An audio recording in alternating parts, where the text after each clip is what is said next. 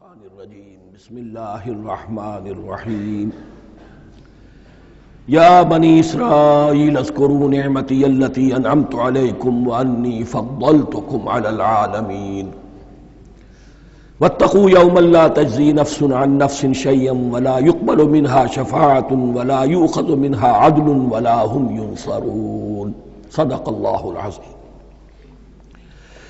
رب اشرح لی صدری ویسر لی امری واحلل عقدۃ من لسانی یفقہوا قولی۔ جیسا کہ میں نے عرض کیا تھا، سورہ بقرہ کے 5ویں رکوع سے اور 14ویں رکوع تک تو مسلسل، بلکہ 15ویں رکوع کی بھی پہلی 2 آیات شامل کرنی ہوں گی۔ یہ 10 رکوعوں سے 2 آیات زائد ہیں کہ جن میں خطاب کل کا کل بنی اسرائیل سے ہے۔ البتہ اس میں یہ فرق ہے کہ پہلا رکوع جو ہے وہ ان کو دعوت پر مشتمل ہے، نبی اکرم صلی اللہ علیہ وسلم پر ایمان لانے کی پرزور دعوت۔ بقیہ یہ 9 رکوع جو ہیں یہ ان پر فرد قرارداد جرم ہے جو عائد کی جا رہی ہے۔ ہم نے تمہارے ساتھ یہ احسان و اکرام کیا، تم پر یہ فضل کیا، یہ کرم کیا، تمہیں یہ حیثیت دی، تمہیں یہ مقام دیا، تم نے اس طور سے اپنے اس مشن کی خلاف ورزی کی، اپنے مقام اور مرتبے کو چھوڑ کر اور دنیا پرستی اختیار کی۔ یہ جو 9 رکوع ہیں ان میں بنی اسرائیل کی تاریخ کا تو یوں سمجھیے کہ ایک بہت بڑا حصہ اور نمایاں اس کے فیچرز آئیں گے، لیکن یہ سمجھ لیجئے کہ اصل میں یہ امت مسلمہ کو بھی ایک پیشگی تنبیہ ہے کہ کوئی مسلمان امت جب بگڑتی ہے تو یہ چیزیں اس میں آ جاتی ہیں۔ چنانچہ احادیث موجود ہیں حضور کی، لَيَأْتِيَنَّ عَلَىٰ أُمَّتِي مَا أَتَىٰ عَلَىٰ بَنِي إِسْرَائِيلَ حَزْوَ النَّعْلِ بِالنَّعْلِ، میری امت پر بھی وہ سب حالات وارد ہوں گے جو بنی اسرائیل پر آئے، بالکل ایسے جیسے ایک جوتی دوسری جوتی سے مشابہ ہوتی ہے۔ ایک اور حدیث میں فرمایا لَتَتَّبِعُنَّ سُنَنَ مَنْ قَبْلِكُمْ، تم لازماً اپنے سے پہلوں کی پیروی کرو گے۔ اور اس میں اس حد تک بھی آپ نے وضاحت کر دی کہ اگر وہ سابق امت مسلمہ، سابق امت، اگر وہ گوہ کے بل میں گھسی تھی تم بھی گھسو گے، اور اگر ان میں کوئی بدبخت ایسا اٹھا جس نے اپنی ماں سے زنا کیا تو تم میں سے بھی کوئی شقی ایسا ضرور اٹھے گا جو یہ حرکت کرے گا۔ اس اعتبار سے ان رکوعوں کو پڑھتے ہوئے یہ نہ سمجھیے یہ اگلوں کی داستان ہے، پچھلوں کی کہانیاں ہیں، نہیں۔ خوش طرح باشد کے سر دل براں، گفت آیت در حدیث دیگراں، یہ ہمارے لیے ایک آئینہ ہے اور ہمیں ہر مرحلے پر سوچنا ہوگا، دروں بینی کرنی ہوگی، انٹروسپیکشن، کہ کہیں اسی گمراہی میں ہم مبتلا تو نہیں۔ دیکھتے جائیے گا۔ دوسرا نقطہ پہلے سے یہ سمجھ لیجئے، یہ جو 2 آیتیں میں نے 6 رکوع کی تلاوت کی ہیں، بعین ہی یہی 2 آیتیں 15ویں رکوع میں آئیں گی، اور اس کو یوں سمجھیے کہ یہ 2 بریکٹس ہیں۔ 9 رکوعوں کا مضمون ان 2 بریکٹس کے درمیان ہے۔ یہ 2 آیتیں یہاں سے بریکٹ شروع ہو رہی ہیں، وہ 2 آیتیں ان پر بریکٹ ختم ہو رہی ہیں، بعین ہی وہی آیات۔ ایک آیت میں تو شوشے کا بھی فرق نہیں، دوسری آیت میں صرف ترتیب بدلی ہے، مضمون وہی ہے۔ اس کے مابین جو کچھ ہے، اس سے باہر یہ جو 5واں رکوع تھا، اس کے مضامین گویا کہ ضرب کھا رہے ہیں بریکٹ کے اندر کے سارے مضامین سے۔ یہ حساب کا بہت ہی عام فہم سا قاعدہ ہے، بریکٹ کے باہر کوئی رقم لکھی ہوئی ہے جس کے بعد کوئی زبر، کوئی جمع یا تفریق اگر نہیں ہے تو وہ ضرب کھائے گی، بریکٹ کے اندر جتنی بھی ویلیوز ہیں ان کے ساتھ ضرب کھائے گی۔ تو گویا کہ ہر قدم پر حضور پر دعوت، ایمان لانے کی دعوت اس پورے معاملے میں موجود ہے، اس لیے کہ اس میں بعض آیتیں ایسی آ گئی ہیں، ایک زیادہ نمایاں ایک کم نمایاں، جن سے کچھ لوگوں کو بغالتا ہوا یا کچھ لوگوں نے فتنہ پیدا کیا جان بوجھ کر۔ یہ فتنہ ایک بار پیدا ہوا تھا اکبر کے زمانے میں، دین الہی کی شکل میں، کہ صرف خدا کو مان لینا، آخرت کو مان لینا اور نیک اعمال کرنا نجات کے لیے کافی ہے، کسی رسول پر ایمان لانا ضروری نہیں ہے۔ یہ صوفیہ میں بھی یہ فتنہ بہت بڑے پیمانے پر آیا. مسجد مندر ہکڑو نور، مسجد میں اور مندر میں ایک ہی نور ہے، سب مذاہب ایک ہی ہے. سارا فرق جو ہے شریعتوں کا ہے، عبادت کے ظاہری شکل کا ہے، وہ ہے رسولوں سے متعلق. رسولوں کو بیچ میں سے نکال دیجئے تو یہ دین الہی رہ جائے گا، اللہ کا دین. اتنا بڑا فتنہ تھا کہ جب ہندوستان میں سیاسی اعتبار سے، حکومت کے اعتبار سے مسلمانوں کا اقتدار چوٹی پر تھا، کلائمیکس پر، اکبر اعظم، اس وقت یہ دین الہی کا فتنہ اٹھا کہ دین محمدی کا اب دور ختم ہو گیا. وہ 1000 سال کے لیے تھا، 1000 سال پورے ہو گئے، اب الف ثانی ہے، دوسرا 1000 سال ہے، اس کے لیے نیا دین ہے. اسے دین اکبری بھی کہا گیا اور دین الہی بھی کہا گیا. اور اس میں ایک آیت آئے گی جس سے استدلال کیا ہے کچھ لوگوں. اس صدی میں پھر یہ فتنہ اٹھا تھا گاندھی کے فلسفے کے ذریعے سے، اور ایک بہت بڑا نابغہ انسان مسلمانوں میں سے، بہت بڑا نابغہ، جینیس، ابو الکلام آزاد، وہ بھی اس فتنے کا شکار ہو گیا. متحدہ قومیت. چنانچہ گاندھی اپنی پرارتھنا میں کچھ قرآن کی تلاوت بھی کراتا تھا، کچھ گیتا بھی پڑھواتا تھا، کچھ اپنشدوں سے، کچھ بائبل سے، کچھ گرو گرنتھ سے. معلوم ہو یہ سب ٹھیک ہے، سب ایک ہے، سب لوگوں کو ایک ہونا چاہیے، ایک قوم ہونا چاہیے. مذہب تو انفرادی معاملہ ہے، کوئی مسجد میں چلا جائے، کوئی مندر میں چلا جائے، گردوارے میں چلا جائے، کوئی چرچ میں چلا جائے، کوئی سینیگاگ میں چلا جائے، کیا فرق واقع ہوتا ہے؟ اس کا توڑ یہی ہے کہ سمجھ لیجئے یہ جو 7 آیتیں ہیں 5ویں رکوع کی، یہ ہے بریکٹ کے باہر، اور یہ ضرب کھا رہی ہے مسلسل. اس بریکٹوں کے درمیان جتنی بھی مضمون آ رہا ہے وہ سب ان کے تابع ہوگا. گویا کہ جہاں تک حضور پر ایمان لانے کا معاملہ ہے وہ انڈرسٹوڈ سمجھا جائے گا، مقدر سمجھا جائے گا ہر مرحلے پر ان 2 بریکٹوں کے مابین. اب چلیے بسم اللہ. یا بنی اسرائیل اذکروا نعمتی التی انعمت علیکم وانی فضلتکم علی العالمین. اے اسرائیل کی اولاد، یاد کرو میرے اس انعام کو جو تم پر ہوا. اس کی وضاحت میں کر چکا ہوں، لیکن یہاں جو الفاظ آ رہے ہیں بہت زوردار. وانی فضلتکم علی العالمین.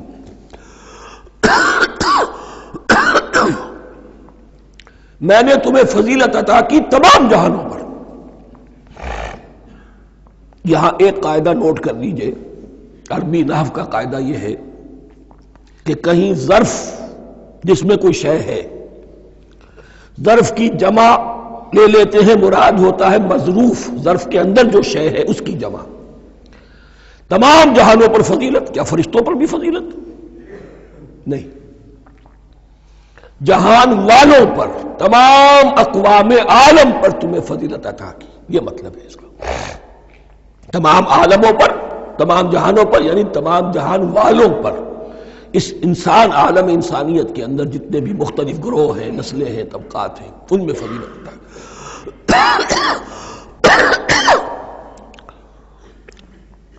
وَاتَّقُوا يَوْمًا لَا تَجْزِي نَفْسٌ عَن نَفْسٍ شَيْئًا. میں عرض کر چکا ہوں، اب تیسری مرتبہ پھر عرض کر رہا ہوں. اصل شیخ آخرت، محاسبہ آخرت. یہ مستحضر ہوگا تو انسان سیدھا رہے گا.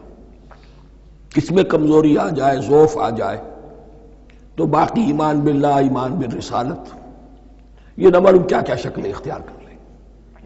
دیکھیے اس آیت کے اندر 4 اعتبارات سے محاسبہ آخرت کا زور ہے.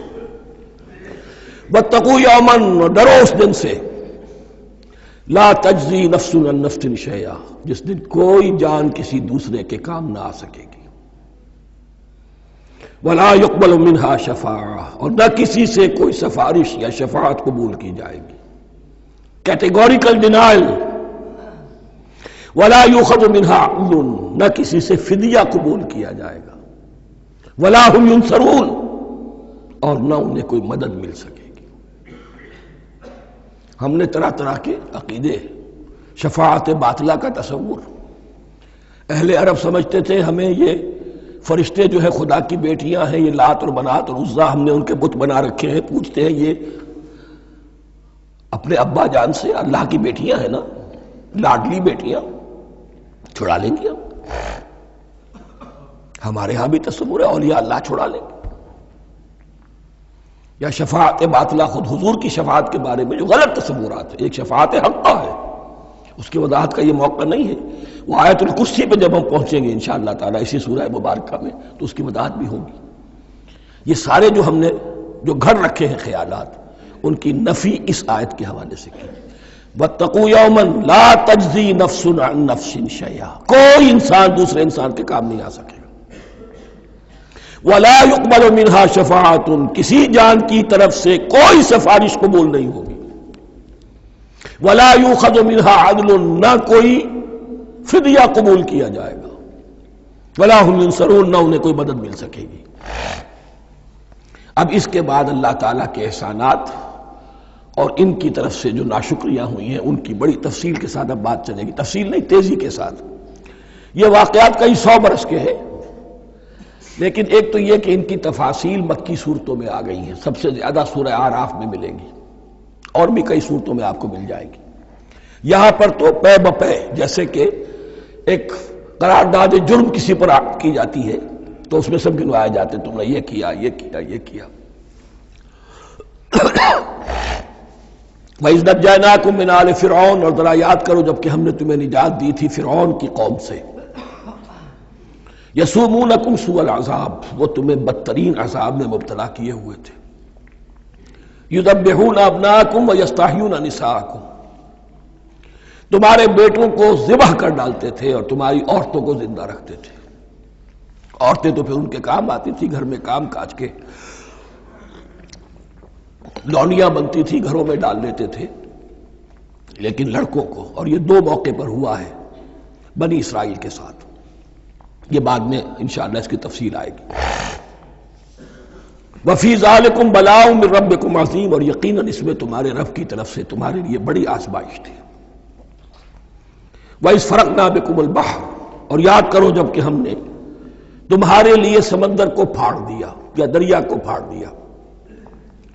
یہ ایک مختلف فی بات ہے کہ کس جگہ سے کراس کیا تھا بنی اسرائیل نے ایجپٹ سے سینائی پیننسولا آنے کے لیے، جزیرہ نما سینا میں. ایک رائے یہ کہ دریائے نیل کو کراس کر کے گئے ہیں، لیکن یہ بات غلط ہے. دریائے نیل تو مصر کے اندر ہے، وہ کبھی بھی مصر کی حد نہیں بنا. کسی کی رائے یہ ہے کہ جو خلیج سویز ہے، بحر قلزم جو ہے ریڈ سی، وہ اوپر جا کر 2 کھاڑیوں میں تبدیل ہو جاتا ہے. خلیج عقبہ مشرق کی طرف اور خلیج سویز مغرب کی طرف، اور ان کے درمیان میں یہ سینائی پیننسولا جو ہے یہ تکون ہے. جیسے ہندوستان بھارت تکون ہے، ایسے یہ پیننسولا ہے، انڈین پیننسولا، سینائی پیننسولا.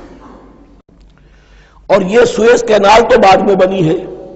خلیج سویز اور میڈیٹرینین بحیرہ روم کے درمیان یہ کچھ چھوٹی چھوٹی، اگرچہ چھوٹی تھی سمندر کے لحاظ سے، بہت بڑی بڑی جھیلیں تھیں، اور ان جھیلوں ہی کو پھر جوڑ جوڑ کر درمیان میں جو خشکی تھی اس کو کاٹ کر سویز کینال بنائی گئی ہے. تو اب تو یہ ایک مسلسل ایک رابطہ ہے، لیکن معلوم ہوتا ہے کہ یا تو خلیج سویز کو کراس کیا ہے حضرت موسیٰ علیہ السلام نے، اور یہی میری رائے زیادہ یہی ہے، اس لیے کہ کوہ طور جو ہے وہ اس پیننسولا کی ٹپ پر ہے، نیچے ہے یہاں، جہاں پر ان کا قیام رہا اور جہاں پھر حضرت موسیٰ کو 40 دن کے لیے کوہ طور پر بلا کر اور پھر انہیں تورات دی گئی ہے. تو معلوم ہوتا ہے کہ جو خلیج سویز ہے اسے کراس کیا ہے. کراس کس طرح کیا ہے کہ حضرت موسیٰ کے عصا کی ایک ضرب سے سمندر پھٹ گیا. فَكَانَ كُلُّ فِرْقٍ كَالطَّوْدِ الْعَظِيمِ، دونوں طرف چٹانوں کے مانند پہاڑ کی طرح جو ہے وہ سمندر کھڑا ہو گیا، اس کے راستے سے یہ نکل گئے. اور پھر جب فرعون اور اپنا لشکر لے کر جب آیا ہے، اس نے سوچا ہم بھی نکل جائیں، وہ غرق ہو گئے، اس لیے کہ دونوں طرف کا پانی آپس میں مل گیا. یہ تھی کیفیت، اور معجزانہ کیفیت تھی. یہ کوئی فطرت کے یا نیچر کے اصول کے مطابق بات نہیں تھی، اور میں عرض کر چکا ہوں، آپ کو بتا چکا ہوں معجزہ کسے کہتے ہیں. وَإِذْ فَرَقْنَا بِكُمُ الْبَحْرَ فَأَنْجَيْنَاكُمْ، جب ہم نے تمہارے لیے یا تمہارے ساتھ سمندر کو پھاڑ دیا، تمہارے لیے، تمہارے گزرگاہ بنانے کے لیے، تو تمہیں تو نجات دے دی. وَأَغْرَقْنَا آلَ فِرْعَوْنَ وَأَنْتُمْ تَنْظُرُونَ، اور تمہاری نگاہوں کے سامنے فرعون کے لاؤ لشکر کو غرق کیا، تم دیکھ رہے تھے. یہ گزر چکے تھے، اس ساحل پر کھڑے ہیں، ادھر سے یہ داخل ہوئے ہیں اور پانی دونوں طرف سے آ کر مل گیا اور یہ غرق ہو گئے۔ وَإِذْ وَعَدْنَا مُوسَىٰ 40 لَيْلَةً، اور یاد کرو پھر جب کوہ طور پر ہم نے موسیٰ کو 40 دن کے لیے بلایا۔ ثُمَّ اتَّخَذْتُمُ الْعِجْلَ، ان کی غیر حاضری میں تم نے بچھڑے کی پرستی شروع کر دی، اسے معبود بنا لیا، من بعدہ، اس کی غیر موجودگی میں، وَأَنْتُمْ ظَالِمُونَ، تم بہت بڑا ظلم تھا جس کا ارتکاب کیا۔ ان الشرک لظلم عظیم، عظیم ترین ظلم جو ہے وہ شرک ہے، اور شرک جلی کی یہ شکل کہ بچڑے کو پوج رہے۔ ثم عفونا عنکم من بعد ذلک، پھر ہم نے تمہیں اس کے بعد بھی معاف کیا، یہ ہمارا کرم رہا ہے، ہماری رحمت رہی۔ من بعد ذلک لعلکم تشکرون، تاکہ تم شکر کرو۔ وَإِذْ آتَيْنَا مُوسَى الْكِتَابَ وَالْفُرْقَانَ لَعَلَّكُمْ تَهْتَدُونَ، اور یاد کرو جب کہ ہم نے موسیٰ کو کتاب اور فرقان عطا فرمائی۔ یہ فرقان حق اور باطل کے درمیان فرق کر دینے والی چیز، اور کتاب عام طور پر جو آتا ہے وہ شریعت کے لیے آتا ہے، شریعت بھی دی، کتاب بھی دی، اور فرقان بھی دیا، لعلکم تہتدون، تاکہ تم ہدایت پاؤ۔ وَإِذْ قَالَ مُوسَىٰ لِقَوْمِهِ، اور یاد کرو جب کہ کہا تھا موسیٰ نے اپنی قوم سے، یا قوم انکم ظلمتم انفسکم باتخاذکم العجل، اے میری قوم کے لوگو، یقیناً تم نے اپنے اوپر بڑا ظلم کیا ہے بچڑے کو معبود بنا کر۔ فتوبوا الی بارئکم، پس توبہ کرو اپنے پروردگار، اپنے خالق کی جناب میں۔ باری، باری اللہ تعالیٰ ہے، باری۔ فاقتلوا انفسکم، تو قتل کرو اپنے آپ کو۔ یہ چیز جو ہے تورات میں تفصیل سے آئی ہے، قرآن میں نہیں ہے۔ اسی اعتبار سے میں نے آپ کو بتایا تھا کہ تورات کا مطالعہ اس اعتبار سے مفید ہے کہ بہت سے واقعات جن کا قرآن میں ذکر ہے، اجمالاً اشارہ ہے، اس کی تفصیل کے لیے ہمیں تورات سے رجوع کرنا پڑتا ہے، ورنہ یہ کہ اس آیت کا صحیح مفہوم واضح نہیں ہوگا۔ فاقتلوا انفسکم، اپنے آپ کو قتل کرو، کیا معنی؟ یہ قتل مرتد کی سزا ہے۔ وہاں معلوم ہوتا ہے کہ حضرت موسیٰ نے یہ حکم دیا، 12 قبیلے تھے، ہر قبیلے میں سے کچھ لوگوں نے یہ کفر اور شرک کیا، باقی لوگوں نے نہیں کیا۔ انہیں حکم دیا گیا کہ اپنے قبیلے کے لوگ ان کو قتل کریں جو ان کے قبیلے میں سے اس کفر کے مرتکب ہوئے۔ انفسکم سے مراد یہ اپنے قبیلے کے لوگوں کو تم قتل کرو، اس لیے کہ قبائلی زندگی جو ہوتی ہے آپ کو معلوم ہے، اس میں کوئی اور قبیلہ ہاتھ لگا دے تو قبائلی عصبیت بھڑک اٹھے گی۔ 70,000 یہودی قتل ہوئے، اس سے بڑی توبہ اور ممکن نہیں، اس سے بڑا پرج، کسی بھی آئیڈیولوجیکل پارٹی کے اندر پرج بہت ضروری ہوتا ہے۔ کچھ لوگ آ گئے ایک نظریے کو قبول کر کے، رفتہ رفتہ نظریہ اوجل ہو گیا، کچھ مفادات، کچھ چودراہٹیں یہ مقدم ہو گئی، اسی سے جماعتیں خراب ہوتی ہیں، غلط راستے پہ پڑ جاتی ہیں، تحریکیں بھٹک جاتی ہیں۔ تو آئیڈیولوجیکل پارٹی، نظریاتی جماعتیں پرج کرتی رہتی ہیں کہ جو بھی ہمارے نظریے سے ہٹ گئے اب ان کو ہم کاٹ کر علیحدہ کر دیں، اور یہی سے قتل مرتد۔ تو یہ چیز حدیث میں ہے یا پھر قرآن میں یہاں ہے، اس حوالے سے جو لوگ ہمارے ہاں بعض علماء بھی ہیں، جدید دانشور ہیں، جو قتل مرتد کی جو حد ہے اسلام میں اس کو تسلیم نہیں کرتے، لیکن میرے نزدیک یہ شریعت موسوی کا تسلسل ہے کہ شریعت موسوی کی جس شے کو بدلا نہ گیا ہو، جس کے بارے میں صراحتاً یہ معلوم نہ ہو کہ یہ شے تبدیل کر دی گئی، تو وہ شریعت محمدی کا جز بن گئی۔ زنا پر رجم کا معاملہ بھی یہی ہے، قرآن مجید میں رجم کی صریح آیت کوئی موجود نہیں ہے، حدیث میں ہے۔ قرآن مجید میں مرتد کے قتل کے لیے کوئی آیت موجود نہیں ہے، حدیث میں ہے، سنت میں ہے، اور دونوں کی کا جو منبع ہے وہ اصل میں تورات ہے۔ تو اس بات کو اچھی طرح نقل کر لیجئے، یہ جگہ اکثر لوگ جو ہیں یہاں بہت سرسری طور سے گزر جاتے ہیں، یہ بہت اہم ہے، اور اس کے لیے تورات کی طرف رجوع کیجئے۔ 70,000، 6 لاکھ کل تھے، جب یہ مصر سے نکلے ہیں 6 لاکھ تھے. کتنے عرصے کے بعد پیننسولا پہنچے ہیں، سینائی پیننسولا میں اور طور میں کچھ اور ان کی تعداد بڑھ گئی ہوگی، لیکن یہ کہ ان میں سے 70 لاکھ کو قتل کیا اپنے ہاتھوں سے. ہر قبیلے نے اپنے جو مرتد تھے ان کو اپنے ہاتھ سے قتل کیا. فَتُوبُوا إِلَىٰ بَارِئِكُمْ فَاقْتُلُوا أَنفُسَكُمْ ذَلِكُمْ خَيْرٌ لَكُمْ عِندَ بَارِئِكُمْ، یہی تمہارے لیے تمہارے رب کے نزدیک بہتر بات ہے. فَتَابَ عَلَيْكُمْ، تو اللہ نے تمہاری توبہ قبول کر لی. توبہ قبول کس طرح ہوئی؟ یہ تزکیہ ہوا ہے امت کا کہ ان میں سے جن لوگوں نے اتنی بڑی غلط حرکت کی ہے ان کو کاٹ کر، ذبح کر کے، ان کو قتل کر کے پھینک دیا گیا. انہ هو التواب الرحیم، یقیناً وہ تو ہے ہی بہت توبہ کا قبول فرمانے والا اور بہت رحم فرمانے والا. وَإِذْ قُلْتُمْ يَا مُوسَىٰ لَن نُّؤْمِنَ لَكَ حَتَّىٰ نَرَى اللَّهَ جَهْرَةً، ایک اور واقعہ ان کی تاریخ کا. اور یاد کرو جب کہ تم نے کہا تھا اے موسیٰ ہم تو تمہاری بات نہیں مانیں گے. ایمان کے بعد جب لام کا حرف آئے تو اس کے معنی صرف تصدیق کے ہوتے ہیں. لن نؤمن لک، ہم آپ کی بات کی تصدیق نہیں کریں گے حتی نر اللہ جہرتن، جب تک کہ ہم دیکھ نہ لیں اللہ کو عیانن. ہمیں کیا پتا اللہ نے یہ کتاب دی آپ کو، آپ تو لے کر آ گئے. ہمارے سامنے تو پتھر کی کچھ تختیاں ہیں، اس پہ کچھ لکھا ہوا، کس نے لکھا ہمیں کیا پتا. اب دیکھیے ایک حضرت موسیٰ کی خواہش تھی رب ارنی انظر الیک، وہ کچھ اور شے تھی. یہ تخریبی ذہن ہے جو یہ کہہ رہا ہے کہ ہم بھی چاہتے ہیں کہ اللہ کو اپنی آنکھوں سے دیکھیں اور معلوم ہو کہ واقعی اس نے یہ کتاب آپ کو دی ہے. فَأَخَذَتْكُمُ الصَّاعِقَةُ، تو تمہیں آپ پکڑا ایک بہت بڑی کڑک نے، ایک بہت بڑی کڑک ہوئی اور سب کے سب مردہ ہو گئے.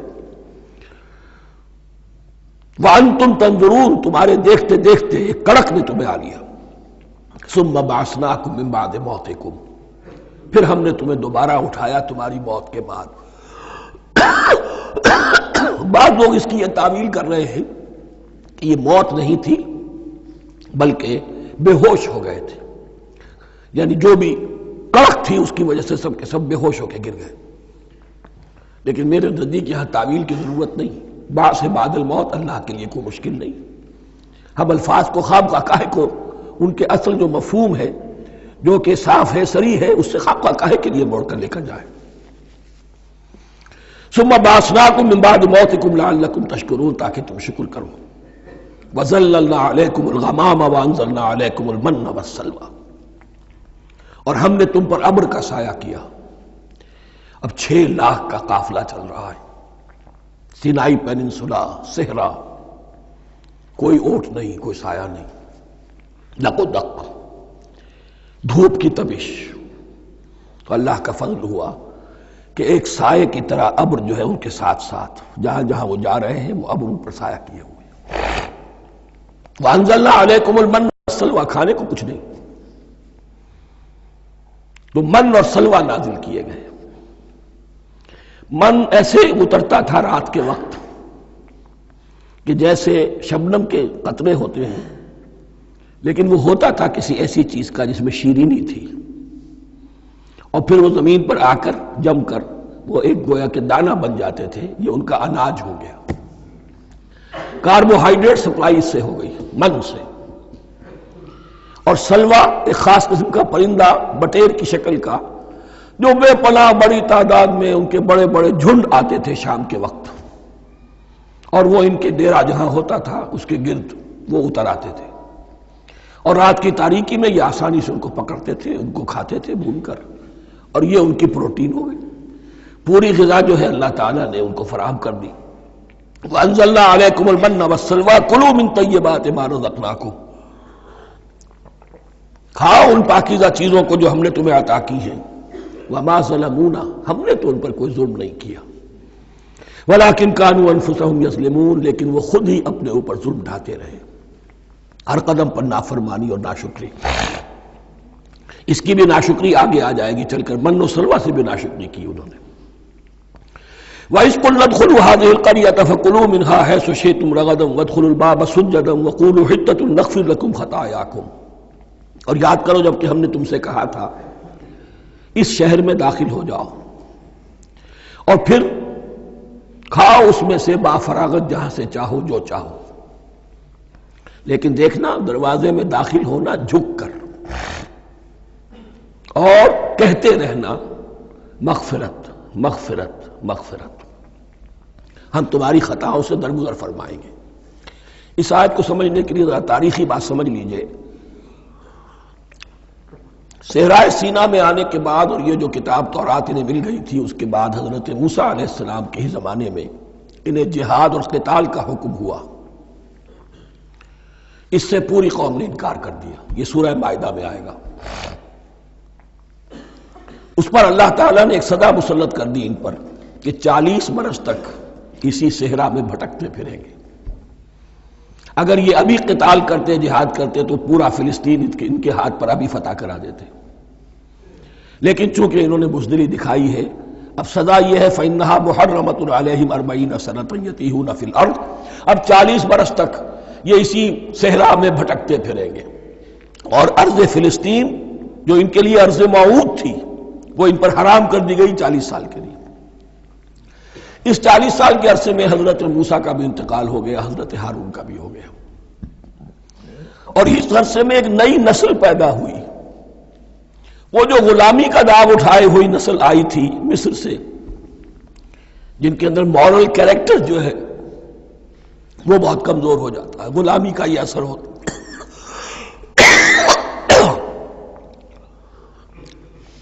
وہ پوری نسل ختم ہو گئی، نئی نسل اب پیدا ہوئی، 40 برس صحرا میں پیدا ہوئے، یہی پلے بڑھے، ان میں اب ایک جذبہ تھا۔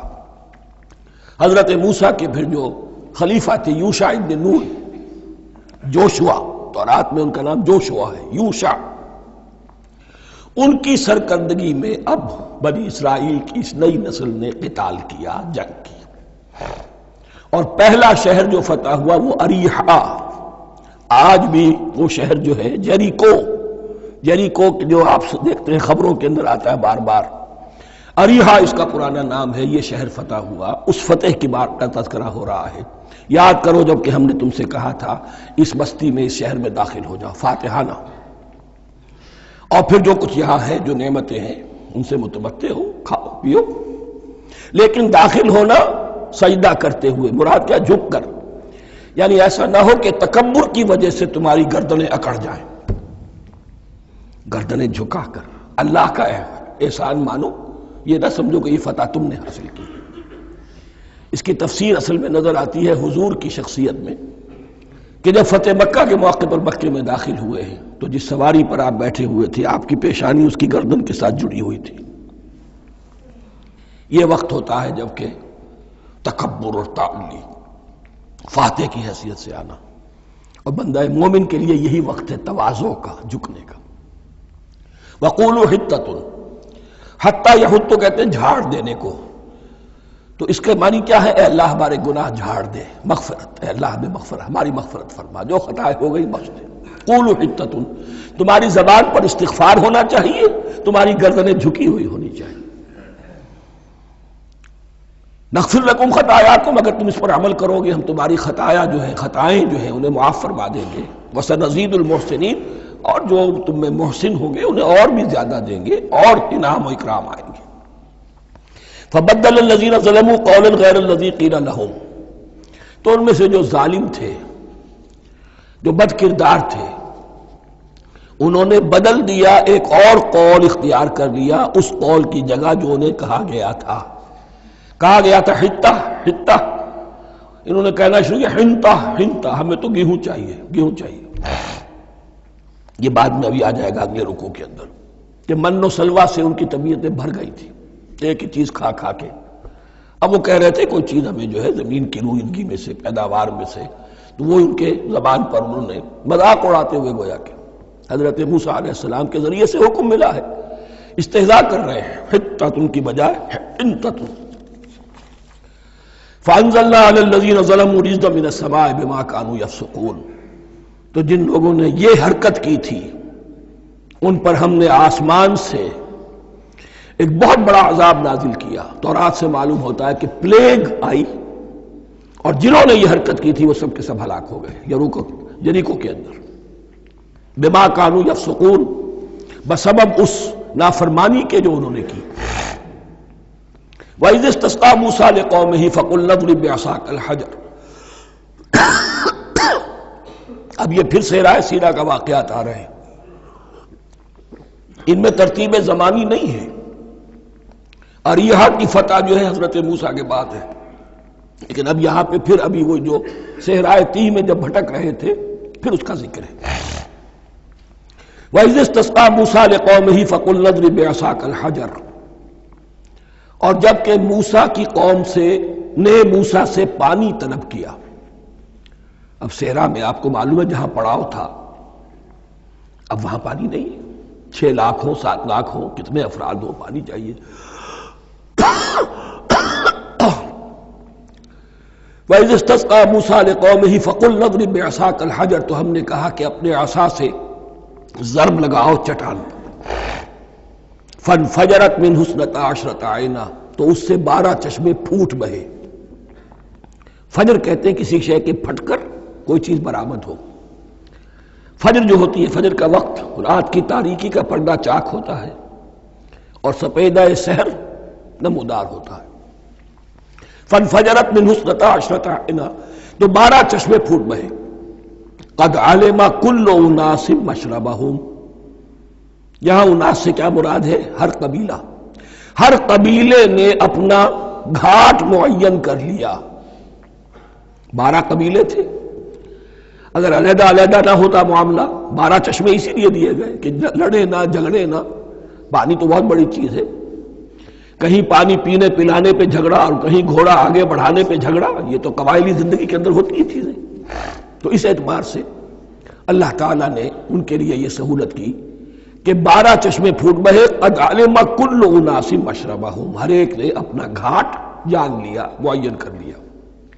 کلوا واشربوا من رزق اللہ، گویا کہ کہہ دیا گیا کہ کھاؤ اور پیو اللہ کے رزق میں سے۔ ولا تعثوا فی الارض مفسدین، اور زمین میں فساد مچاتے نہ پھرو۔ کھانے پینے کے لیے پانی بھی ادھر آ گیا، کھانے کے لیے من و سلوہ آ گیا۔ اب دیکھیے ان کی ناشکری۔ وَإِذْ قُلْتُمْ يَا مُوسَىٰ لَن نَّصْبِرَ عَلَىٰ طَعَامٍ وَاحِدٍ، یاد کرو جب کہ تم نے کہا تھا اے موسیٰ ہم ایک کھانے پر تو صبر نہیں کر سکتے، کھا کھا کے بکتا گئے ہیں من و سلوہ۔ فَادْعُ لَنَا رَبَّكَ، تو ذرا اپنے رب سے دعا کرو، پکارو ہمارے لیے اپنے رب کو۔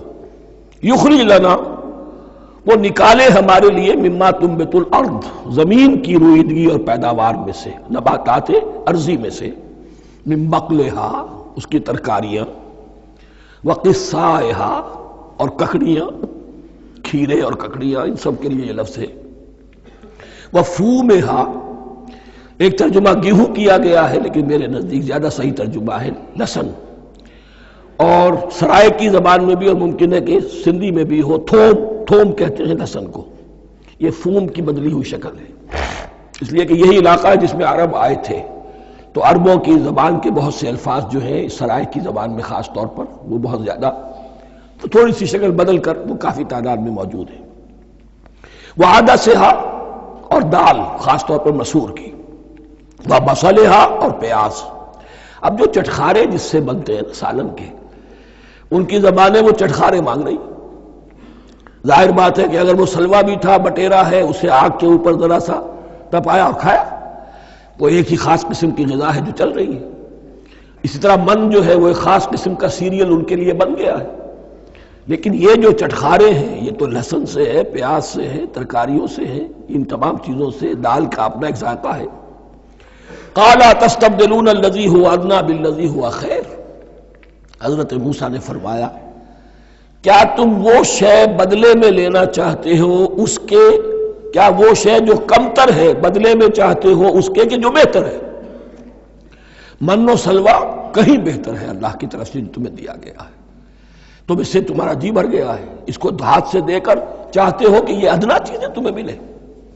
اہبتوا مصرا، اب یہ لفظ آ گیا اہبتوا، اب ظاہر بات ہے یہ آسمان سے زمین پر اترنے کے لیے لفظ نہیں ہے اہبتوا، یہاں اس کا ترجمہ صحیح ہوگا سیٹل ڈاؤن سم ویئر، اگر زمین کی یہ چیزیں چاہیے تو کہیں سیٹل ہو جاؤ اور کاشت کرو، بیج ڈالو، آبیاری کرو، یہ ساری چیزیں تمہیں مل جائیں۔ اہبطوا مصرا، کہیں سیٹل ڈاؤن ہو جاؤ، کہیں اتر پڑو کسی بستی میں، کسی علاقے میں، فإن لکم ما سألتم، تمہیں مل جائے گا جو کچھ کہ تم نے مانگا۔ وَضُرِبَتْ عَلَيْهِمُ الذِّلَّةُ وَالْمَسْكَنَةُ وَبَاءُوا بِغَضَبٍ مِّنَ اللَّهِ۔ اب یہ ہے ان کی وہ خباثتیں، ان کے وہ ناشکریاں، ان کی وہ معصیتیں، ان پر جو آخری حکم دیا جا رہا ہے، جو اگر آپ برا نہ مانیں تو میں عرض کروں گا آج یہود پر اتنا اپلیکیبل نہیں ہے جتنا مسلمانوں پر ہے۔ ضربت علیہم الذلۃ والمسکنۃ وباؤوا بغضب من اللہ۔ ذلت اور مسکنت، کم ہمتی ان پر تھوپ دی گئی۔ ضربت علیہم، it was heaped upon them، the humiliation was heaped upon them۔ ضربت علیہم الذلۃ والمسکنۃ وباؤوا بغضب من اللہ، اور وہ اللہ کا غضب لے کر لوٹے۔ وہی امت جس کے بارے میں فرمایا وَأَنِّي فَضَّلْتُكُمْ عَلَى الْعَالَمِينَ، اسی امت کا پھر یہ حشر ہوا۔ کیوں ہوا؟ نافرمانی۔ تمہیں کتاب دی تھی کہ تم پیروی کرو، تمہیں کتاب دی تھی کہ اسے قائم کرو۔ وَلَوْ أَنَّ أَهْلَ الْكِتَابِ أَقَامُوا التَّوْرَاةَ وَالْإِنْجِيلَ وَمَا أُنزِلَ إِلَيْهِمْ مِنْ رَبِّهِمْ لَأَكَلُوا مِنْ فَوْقِهِمْ وَمِنْ تَحْتِ أَرْجُلِهِمْ۔ اگر یہ تورات اور انجیل کو قائم کرتے، نافذ کرتے، تو نعمتیں زمین بھی اگلتی، ان کے قدموں کے نیچے سے نعمتیں جو ہیں وہ پھوٹتی، اور ان کے سروں کے اوپر سے بھی بارش ہوتی نعمتوں کی۔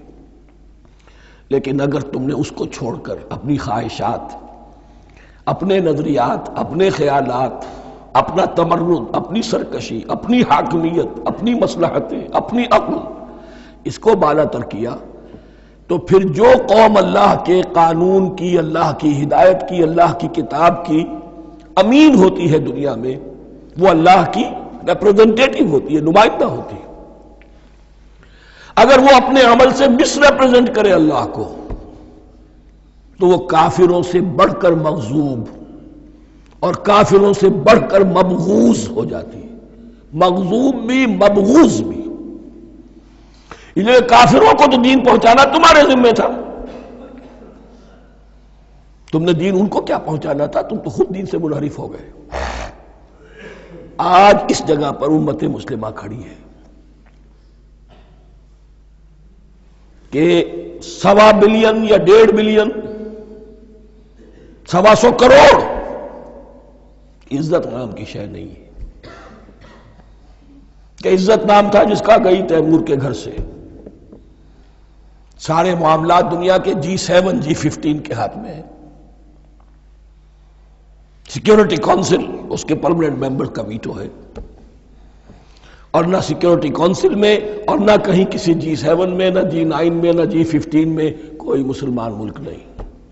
کس نمی پرست کی بھیا کیستی، ہماری اپنی پالیسیز کہیں اور طے ہوتی ہیں، ہمارے اپنے بجٹ کہیں اور بنتے ہیں، ہماری صلح اور جنگ کسی اور کے اشارے سے ہوتی ہے، ریموٹ کنٹرول، یہ ذلت اور مسکنت۔ ہم کہتے ہیں ہماری شہرگ ہے کشمیر، اور جنگ کرنے کو تیار نہیں ہے۔ یہ خوف نہیں تو کیا ہے، یہ مسکنت نہیں تو کیا ہے؟ اگر اللہ پر یقین ہو اور اپنے حق پر یقین ہو تو اگر شہر دوسرے کے قبضے میں ہے تو ہمت کرو، یا تخت یا تختہ، لیکن نہیں۔ آپ کے ریڈیو پر، ٹیلی ویژن پر خبریں آتی رہیں کہ اتنی مسلمانوں کے ساتھ یہ کر دیا، اتنی مسلمان عورتوں کی بے حرمتی کر دی، لیکن یہاں ہم بیٹھے ہوئے اپنے اپنے دھندوں میں، اپنے اپنے کاروبار میں، اپنی اپنی ملازمتوں میں، اپنے اپنے کیریئرز میں، دنیا میں کیا کچھ ہو رہا ہے۔ بہرحال اس وقت یہ جو ہے، میں نے جیسا کہ عرض کیا تھا کہ یہ ہے تاریخ بنی اسرائیل کی، لیکن خوشترا باشد کے سر دل براں، گفت آیت در حدیث دیگراں، یہ ہمارا نقشہ ہے آج اس آیت میں۔ ضربت علیہم الذلۃ والمسکنۃ وباؤوا بغضب من اللہ۔ اور یہ کیوں؟ ذالک بانہم کانوا یکفرون بآیات اللہ، یہ اس لیے کہ وہ اللہ کی آیات کا انکار کرتے رہے، وَيَقْتُلُونَ النَّبِيِّينَ بِغَيْرِ الْحَقِّ، اللہ کے نبیوں کو ناحق قتل کرتے رہے۔ ہمارے ہاں بھی مجددین امت میں سے کتنے ہیں جو جیلوں میں ڈالے گئے، جن کو ایسی ایسی مار پڑی ہے کہ کہا جاتا ہے کہ ہاتھی کو بھی وہ مار پڑتی تو برداشت نہ کرتا۔ احمد ابن حنبل کے ساتھ کیا ہوا؟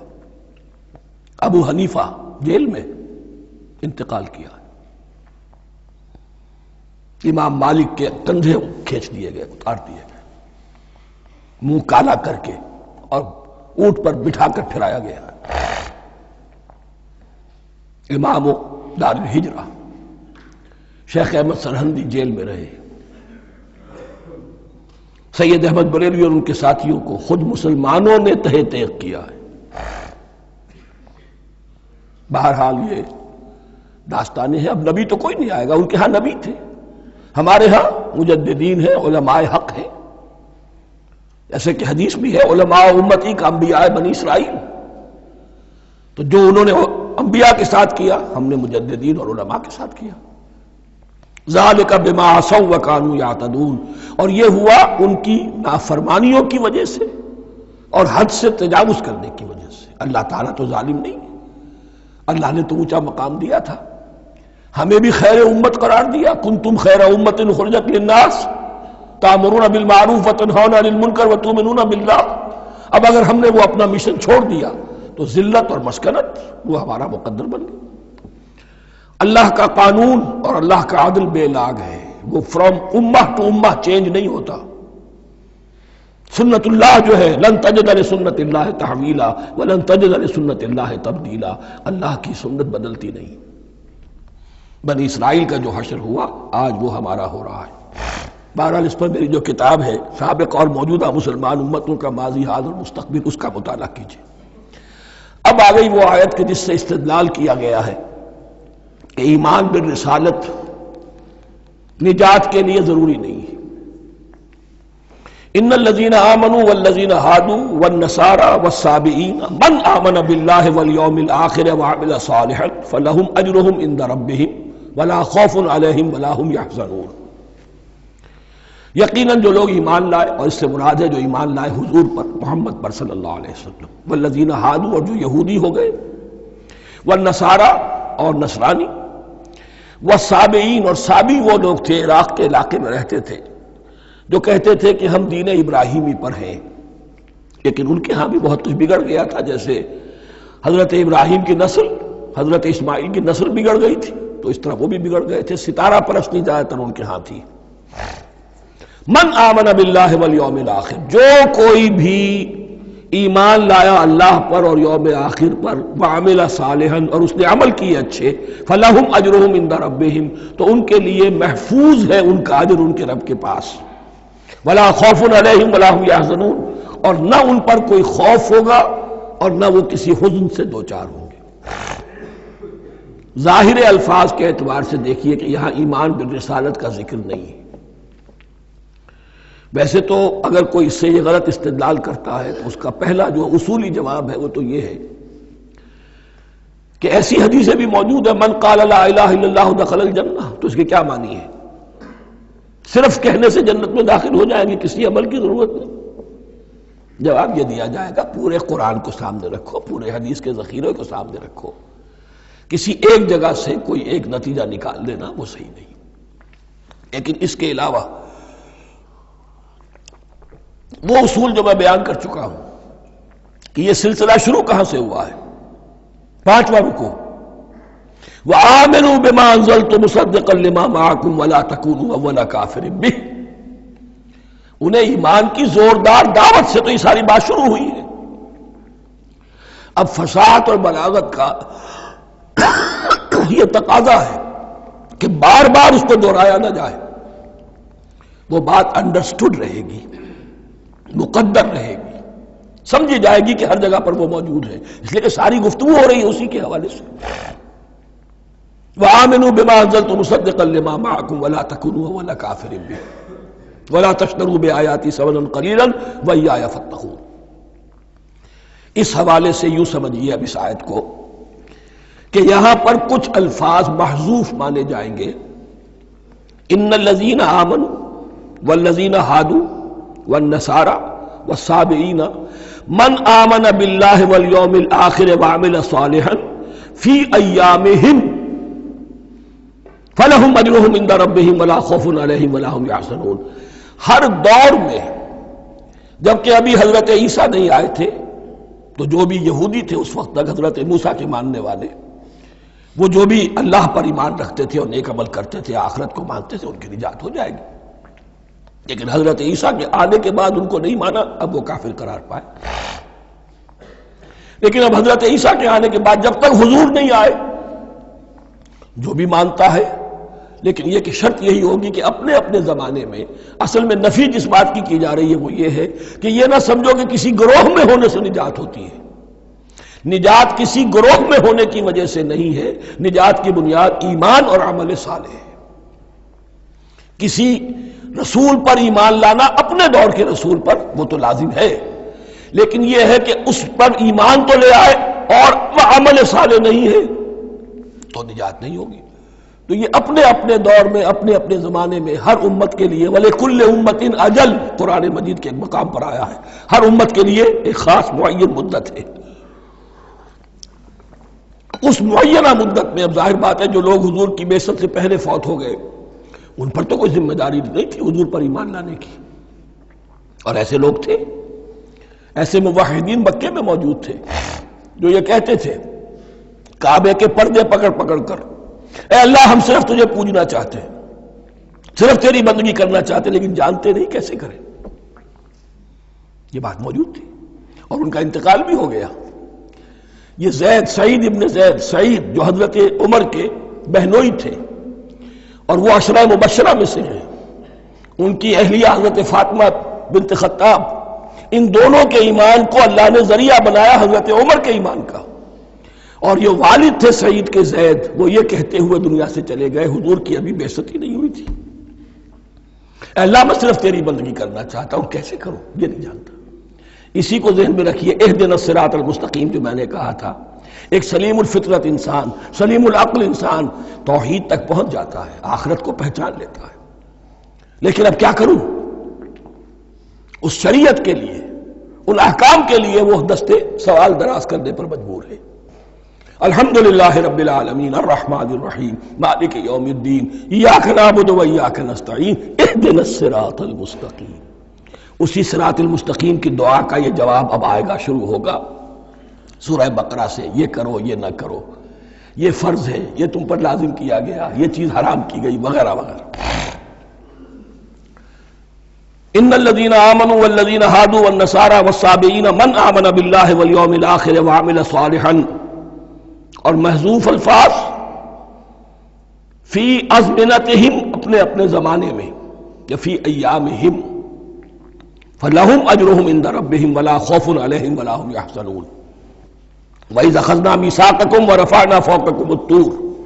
اور ذرا یاد کرو جب کہ ہم نے تم سے عہد لیا، قول و قرار لیا، اور تمہارے اوپر اٹھا دیا طور کو، پہاڑ کو.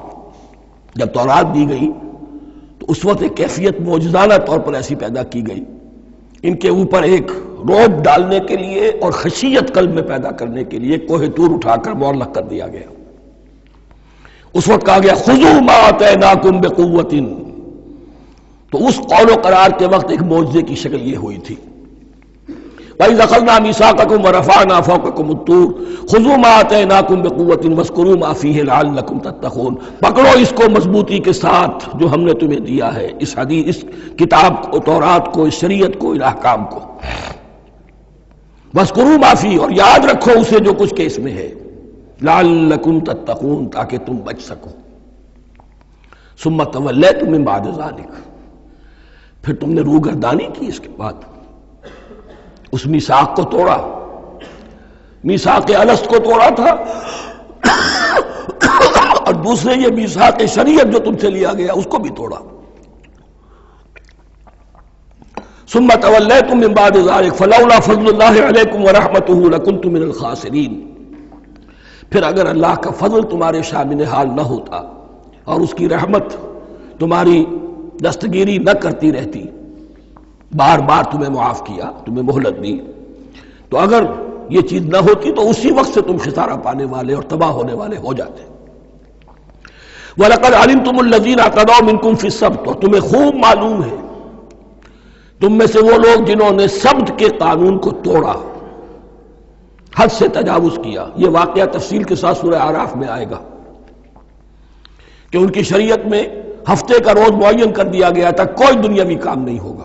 آج بھی وہ لوگ جو ہے سبت کو، جو بھی پریکٹسنگ جیوز ہیں، وہ اس کی پابندی کرتے ہیں اور بڑی شدت سے کرتے ہیں۔ لیکن ایک زمانے میں ایک خاص ان کا قبیلہ تھا کہ جس نے ایک بڑے ہی شرعی ہیلہ ایجاد کر کے اس قانون کی دھجیاں بکھیری۔ تفصیل ہم پڑھیں گے سورہ اعراف میں۔ وَلَقَدْ عَلِمْتُمُ الَّذِينَ اعْتَدَوْا مِنْكُمْ فِي السَّبْتِ، تو تمہارے علم میں ہے تمہارے وہ لوگ کہ جنہوں نے سبت کے قانون کے ضمن میں خلاف ورزی کی۔ فَقُلْنَا لَهُمْ كُونُوا قِرَدَةً خَاسِئِينَ، تو ہم نے کہہ دیا ان کو کہ ہو جاؤ ذلیل بندر۔ ان کی شکلیں بس کر دی گئی، انہیں بندروں کی شکل میں تبدیل کر دیا گیا۔ فَجَعَلْنَاهَا نَكَالًا لِمَا بَيْنَ يَدَيْهَا، پھر ہم نے اس واقعے کو یا اس بستی کو ایک بنا دیا مثال، لوگوں کے لیے ان کی عبرت کے سامان بنا دیا، ان کے لیے بھی جو سامنے موجود تھے اس زمانے کے لوگ، اور ان کے لیے بھی جو بعد میں آنے والے تھے۔ وَمَوْعِظَةً لِّلْمُتَّقِينَ، اور اسے ایک نصیحت، ایک سبق آموزی کی بات بنا دیا اہل تقویٰ کے لیے۔ وَإِذْ قَالَ مُوسَىٰ لِقَوْمِهِ إِنَّ اللَّهَ يَأْمُرُكُمْ أَن تَذْبَحُوا بَقَرَةً، اور یاد کرو جب کہ موسیٰ نے اپنی قوم سے کہا یقیناً اللہ تمہیں حکم دیتا ہے کہ گائے کو ذبح کرو۔ یہ واقعہ میں پہلے آپ کو بتا دوں، پھر ہم یہ آیات تیزی سے پڑھ لیں گے۔ بنی اسرائیل میں ایک شخص قتل ہو گیا، عامیل نامی، اور قاتل کا پتہ نہیں چل رہا تھا۔ اللہ تعالیٰ نے حضرت موسیٰ کے ذریعے سے حکم دیا کہ ایک گائے کو ذبح کرو اور اس کے جسم کے ایک ٹکڑے سے اس مردے کو چھوؤ، وہ جی اٹھے گا اور وہ بتا دے گا میرا قاتل کون ہے۔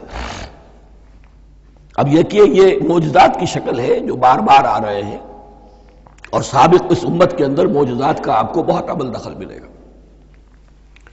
اس میں ایک تو یہ کہ گائے کو ذبح کرنا، وہ گائے کے تقدس کا جو ان کے دل میں ذہن میں تھا، تو ذبح کرنے سے اس کے اوپر بھی گویا کہ ایک تلوار چلائی گئی، اور پھر انہیں دکھا بھی دیا گیا کہ ایک آدمی زندہ بھی ہو سکتا ہے، بعد سے بعد الموت کا بھی ایک نقشہ دکھا دیا گیا انہیں۔ لیکن انہیں جب یہ حکم ملا اور ان کے دلوں کے اندر وہ بچڑے کی اور گائے کی تقدیس جو ہے وہ پلی ہوئی تھی، اب انہوں نے سوال کر کے کسی طریقے سے بچنے کے لیے مین بیک نکالی، کیسی گائے ہو، کیا رنگ ہو، کس طرح کی ہو، کس عمر کی ہو۔ بالآخر یہ کہ جب ہر طرف سے گھیراؤ ان کا ہو گیا اور سب چیزیں جو ہیں ان کے سامنے واضح کر دی گئیں، تب انہوں نے یوں سمجھیے چاروں ناچار بادل ناخواستہ اس حکم پر عمل کیا۔ بس اب ترجمہ کر لیجئے۔ وَإِذْ قَالَ مُوسَىٰ لِقَوْمِهِ إِنَّ اللَّهَ يَأْمُرُكُمْ أَن تَذْبَحُوا بَقَرَةً، اور یاد کرو جب کہ موسیٰ نے کہا اپنی قوم سے کہ اللہ حکم دیتا ہے تمہیں کہ گائے کو ذبح کرو۔ قَالُوا أَتَتَّخِذُنَا هُزُوًا، انہوں نے کہا کہ آپ ہمارے ساتھ کوئی ٹھٹھا کر رہے ہیں، مذاق اڑا رہے ہیں، یہ کیا بات آپ کہہ رہے ہیں؟ قَالَ أَعُوذُ بِاللَّهِ أَنْ أَكُونَ مِنَ الْجَاهِلِينَ، فرمایا میں اللہ کی پناہ طلب کرتا ہوں اس سے کہ میں جاہلوں میں سے ہو جاؤں، کہ میں ان دین کے معاملات کے اندر استہزاء اور تمسخر کو شامل کر دوں۔ قالوا ادع لنا ربك يبين لنا ما هي، اب انہوں نے کہا اچھا ایسی بات ہے تو ذرا اپنے رب سے دعا کیجئے کہ وہ ہم پر واضح کر دے کہ وہ کیسی ہو۔ قال انه يقول، حضرت موسیٰ نے فرمایا، اللہ تعالیٰ فرماتا ہے انها بقرۃ لا فارض ولا بکر، وہ ایک ایسی گائے ہونی چاہیے کہ جو نہ بوڑھی ہو نہ بالکل بچھیا ہو، عوان بین ذالک، ان کے بین بین ہو۔ فَفَعَلُوا مَا تُؤْمَرُونَ، تو اب کر گزرو جو تمہیں حکم دیا گیا۔ قَالُوا ادْعُ لَنَا رَبَّكَ يُبَيِّن لَنَا مَا لَوْنُهَا، اب انہوں نے پھر کہا ذرا ایک دفعہ اور دعا کیجئے اپنے رب سے، وہ ہمیں بتا دے اس کا رنگ کیسا ہونا چاہیے۔ قال انه يقول انها بقرة صفراء فاقع لونها تسر الناظرين، فرمایا اللہ فرماتا ہے کہ وہ گائے ایسی ہونی چاہیے زرد رنگ، شوخ رنگ، شوخ زرد رنگ کی، چمکیلی، جو دیکھنے والوں کو خوب اچھی لگے، پسند آئے، دل میں کھپ جانے والی۔ اب جو زیادہ سے زیادہ ان کے ہاں مقدس سمجھے جاتے تھی گائے، رفتہ رفتہ سوال کر کے اگر پہلے ہی حکم پر وہ کر دیتے تو کسی بھی گائے کو ذبح کر دیتے، لیکن یہاں گھیراؤ ان کا ہو رہا ہے کہ جس کی تقدس کا ان کے ذہن میں زیادہ سے زیادہ تاثر ہے اسی کو واضح کیا جائے۔ قالوا ادع لنا ربک یبین لنا ما ہی، پھر انہوں نے کہا ذرا اللہ سے دعا کیجئے اور وہ ہمیں یہ بتائے کہ وہ کیسی ہو۔ ان البقرہ تشابہ علینا، یقیناً ہم کچھ شبہ میں پڑ گئے ہیں، یہ گائے کا معاملہ مشتبہ ہو گیا ہے ہم پر۔ قال انہ یقول، فرمایا اللہ فرماتا ہے انہا بقرۃ لا ذلول تثیر الارض ولا تسقی الحرث، وہ ایک ایسی گائے ہونی چاہیے کہ جو کوئی جس سے مشقت نہ لی جاتی ہو، نہ وہ ہل جوتتی ہو اور نہ وہ رہٹ کا پانی کھینچتی ہو۔ تسیر الارض، نہ تو وہ زمین کو جوتنے میں ہل چلانے میں کام میں لی جائے، ولا تسقی الحرث، اور نہ کھیتی کو پانی پلانے کے لیے وہ پانی کھینچنے میں استعمال کیا جائے۔ مسلمتن، اور پوری سالم ہونی چاہیے، یک رنگ، لا شیۃ فیہا، اس میں کسی دوسرے رنگ کا کوئی داغ تک نہ ہو۔ اب کیا کرتے، گھیراؤ میں آ گئے۔ قالوا الآن جئت بالحق، کہا انہوں نے کہ ٹھیک ہے اب تو آپ نے بات جو ہے پوری طریقے سے واضح کر دی۔ فذبحوها وما كانوا يفعلون، تب انہوں نے اس کو ذبح کیا اور وہ کرنے والے نہیں تھے، دل میں نہیں تھا، بادل ناخواش تھا۔ اب دیکھیے یہاں ترتیب ذرا واقعے کی جو ہے مختلف ہو گئی ہے۔ جو اس ذبح بقرہ کا سبب تھا وہ بعد میں بیان ہو رہا ہے یہاں، تورات میں چونکہ واقعات کو اس طریقے سے بیان کیا ہے لہذا وہاں ترتیب دوسری ہے۔